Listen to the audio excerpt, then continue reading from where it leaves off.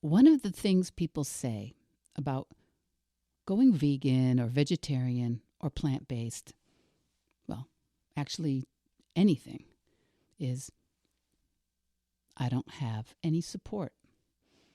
I don't know any other vegans, and my spouse, my partner, my kids, my parents, they just aren't interested.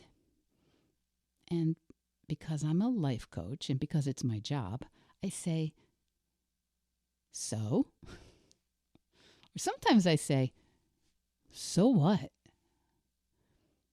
Honestly, it's the best job in the world being a coach. You get to say, so, or so what, all the time.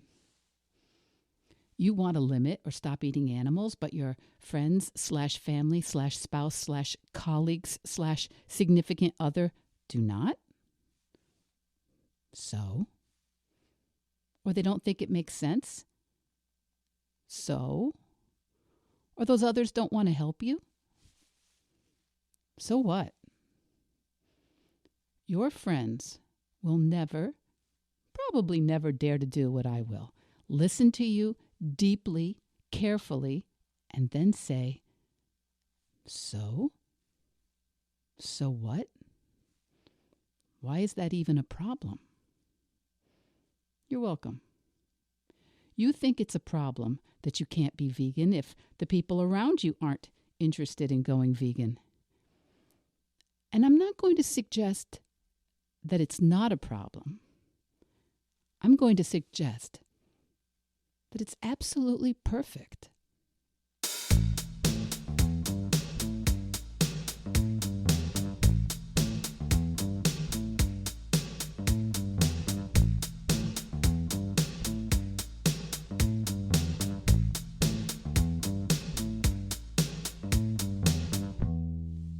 Hello, Vedge Heads, Veg Your Besties. Welcome back to Veg Your Best, the plant-based podcast.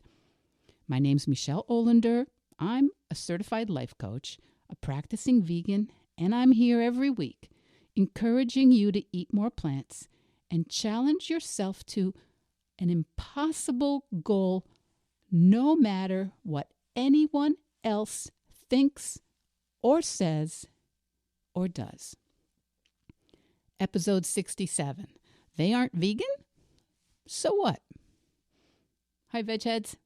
Now you know that what I do in the Veg Your Best coaching program is help you create the support you want to move deliberately in the direction that you want to move towards. And whether that's plant-based or vegetarian, vegan, or using your veganism to build a whole new project or initiative or business, totally up to you. And so often, whatever your goal, the most valuable insight, the biggest aha that I can help you get to is that what your family, your friends, your partner, your colleagues, what they think or do or believe is irrelevant to what you think and what you do and what you believe. Because we all kind of get that it's important, it's nice to surround ourselves with people who are on the same page, who are supportive.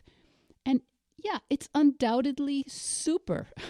And in the coaching I help people to find that support group, whether it's actual human beings that they can sit next to at a coffee shop or around the table at home, or whether it's thought leaders or folks in the media that are doing the sort of thing that you're hoping to do. And I've told you here how in my life some wonderful vegan podcasters were on my, I don't know, for want of a better word, my vegan board of directors when I was starting out. So I'm not discounting the help that fellow travelers can be on the way, the comfort that it can be to know that someone's on your side or has been there before or sees it your way. I'm not discounting that.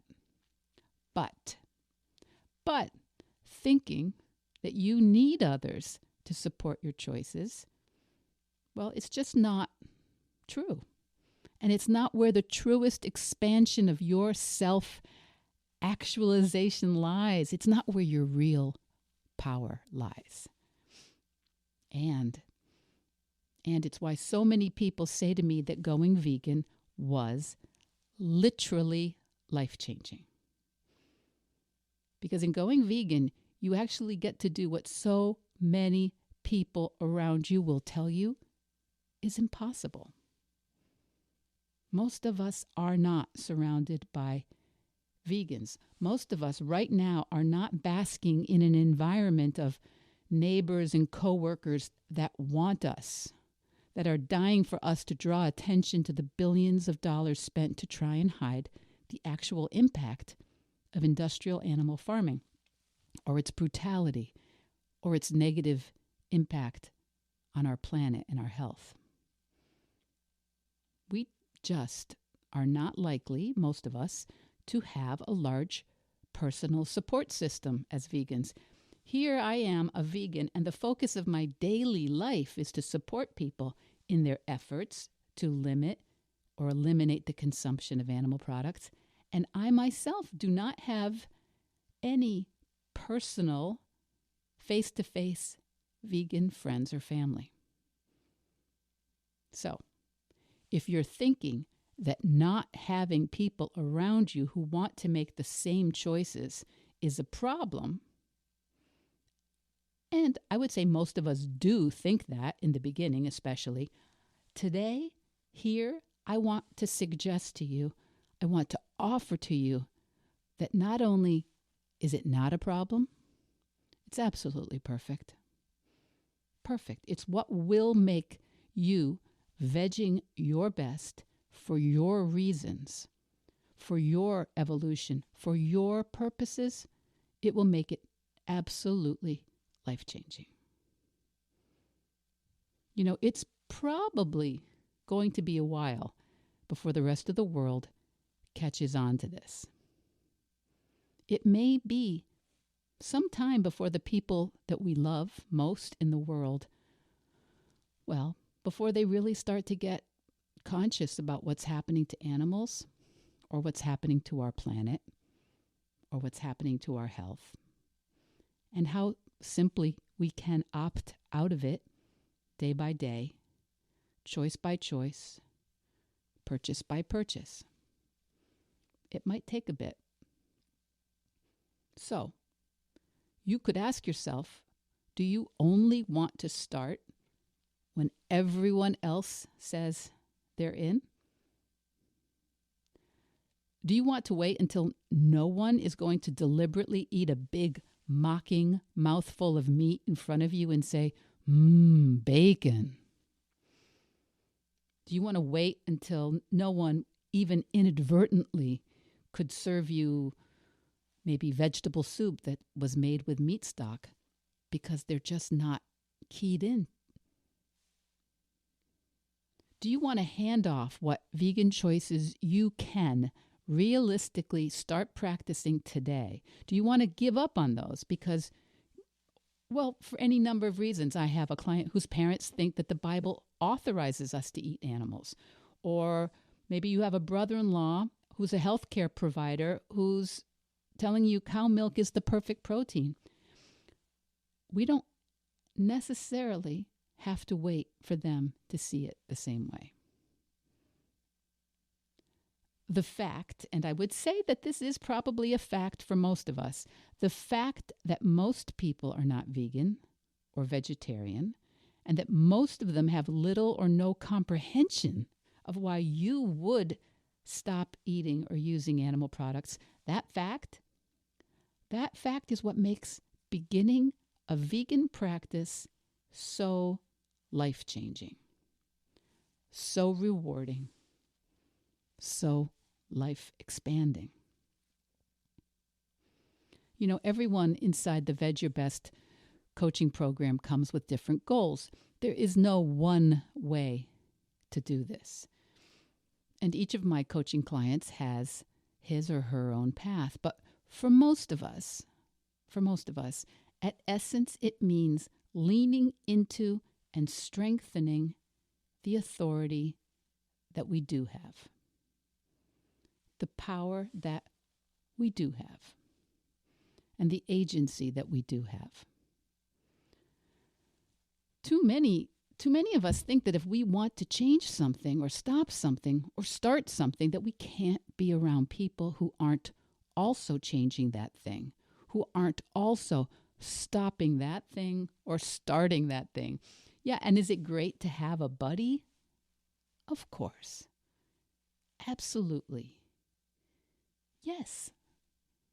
But we all know all the times we or someone else has started a goal or a challenge with a friend, and one or both of us, I'm including me, dropped out. Weight loss or fitness, running a 5K, learning French, volunteering, ultimately, when it works, it's when you've decided to make it work. When you commit, when you choose to keep showing up for the goal, even if it hasn't worked in a direct linear progression, even when it hasn't worked perfectly. Too many of us, me included, have used our loved ones as an excuse, have used our jobs as an excuse, have used where we live or our culture or our travel schedule as an excuse. And it's so easy to see in other people. And it's so hard to see in ourselves because it just seems true. It just seems true when it's us. But you know that anyone who has ever lost weight or built a business or written a book or renovated a house or run a 5K or gotten an advanced degree or learned another language, any of a million other achievements, big and small, they didn't just wait until everyone else was on board doing the same thing. And yes, once you decide, once you choose, once you get serious, you will probably find people who will spur you on or inspire you or give you a hand.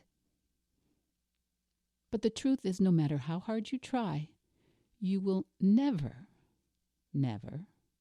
probably never be able to surround yourself with only like-minded people. It's not going to happen.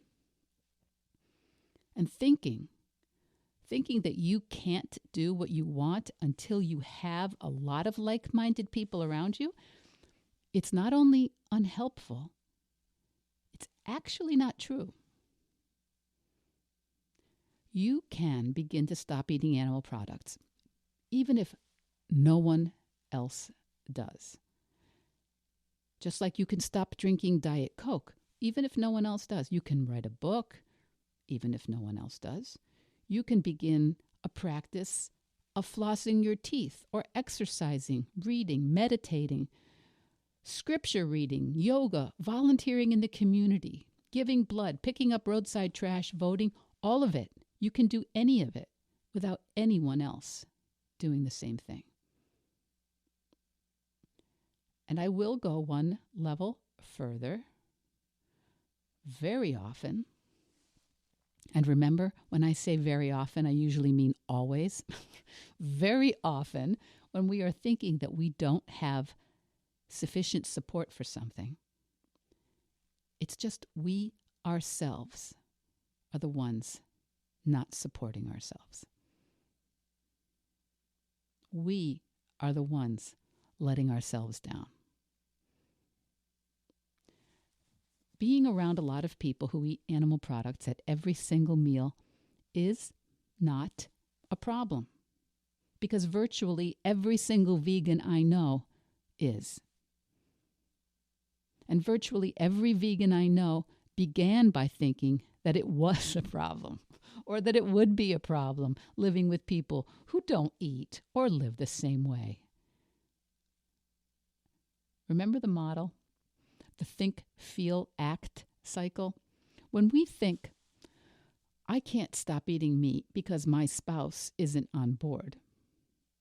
Or we think, I can't be vegan this month with all the holiday parties, then we feel justified or powerless.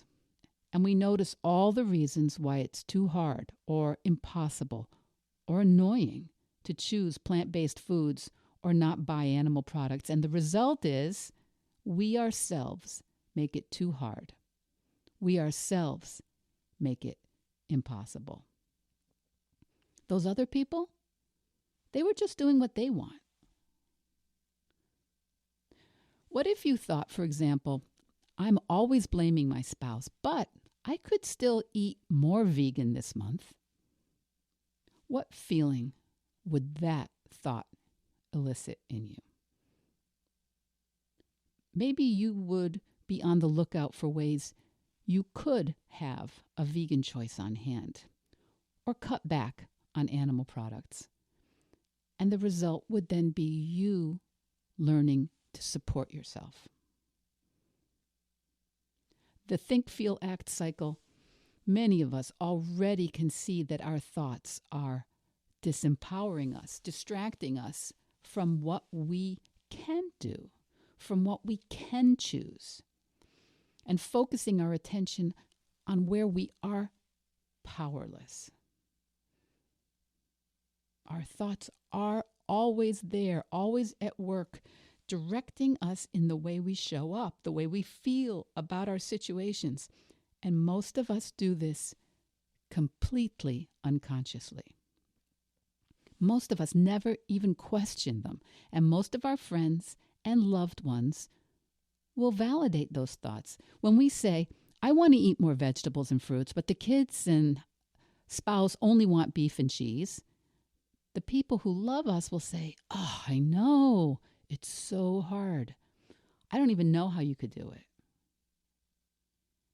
But when you say it to your coach, I can't eat plant-based because my family likes beef and cheese, your coach, maybe me, will probably say something like, okay, so? Believing that you can't start being who you want to be or living the way you want to live or creating what you want to create until other people change, well, it seems true only because we keep telling ourselves it's true. Me too. In the early episodes of Vedge Your Best, I talk a lot about what I thought, that being vegan would be a big problem for my family, that it would complicate my life, that it would make what we like to do as a family or what my husband and I enjoy doing or where we want to travel, I thought it would make it impossible. And it was hard to believe I could do it because I kept noticing and focusing on all the parts of it that seemed hard. Many of you listening probably feel the same, and maybe not about being vegan, but maybe in some other areas, because we are so indoctrinated into this idea, this fantasy, that everyone kind of needs to be doing the same thing. And that if you're going to be successful, say at weight loss or fitness or your business or your artistic practice, that you need to make sure that everyone's on board and that they all value what you're doing and hopefully that they're doing something very, very similar. And I think this is a big part of the problem. It's that we are acculturated to assume that we need consensus and that it's uncomfortable to be around people who hold different opinions or who are doing different things. Or that they'll be uncomfortable around us, or that they will judge us, or they will think we're judging them, not just in terms of veganism, but in all sorts of arenas. We find ourselves drawn to moving into silos, into like-minded communities. And that's okay. It's understandable. But I think that my vegan practice has only ever been enhanced and made more clear and ultimately simpler by not retreating from the world as it currently is.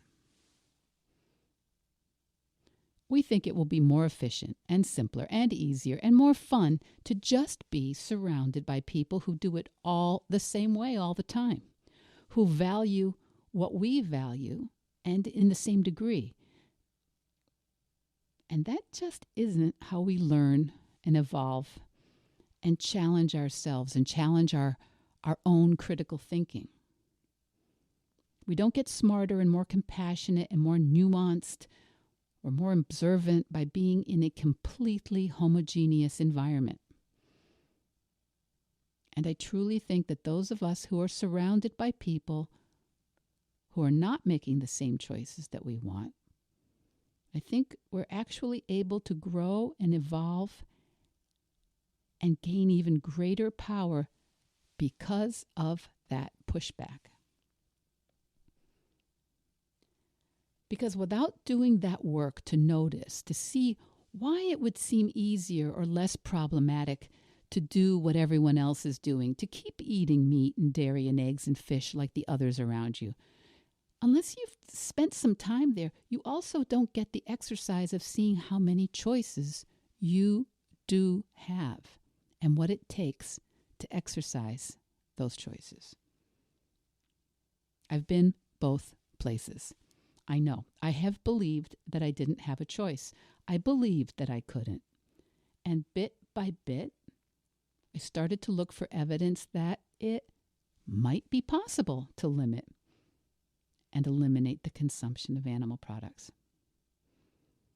Do I say this every single week? I never thought that I could be a practicing vegan until I stopped believing that thought. That's why if you say to me, I hate the idea of eating animals, but my spouse will not eat vegan, I say, so? Or sometimes I say, so what? And when you get over feeling that tiny bit or a lot offended, we get to help you examine your beliefs about what choices are available to you, what your power is on a much, much deeper level. So, look for this today or this week in your own life. Where do we think that to be successful, to be effective, to be creative, to be ethical, to be happy, to be healthy, where do we think that we need to be around others doing the same thing, making the same choices? Because that idea is just happening in our brain. It's just a thought that seems true because we're very used to thinking it. And it's an idea that we just keep repeating and looking for evidence to support.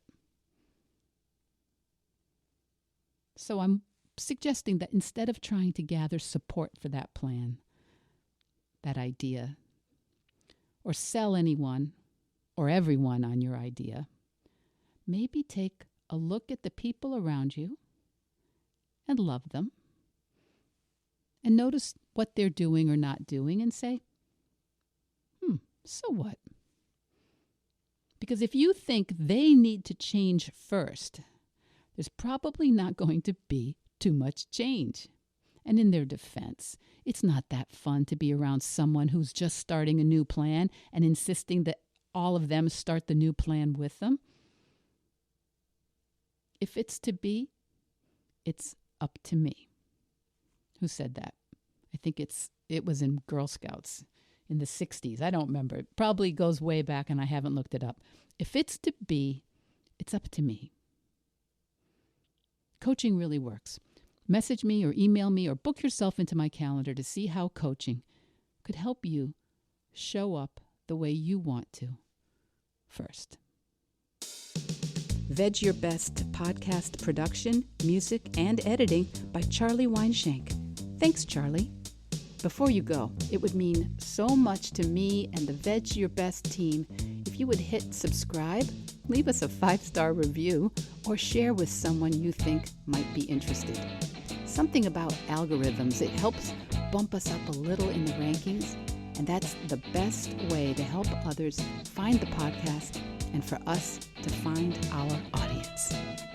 So until next week, make it easy and veg your best.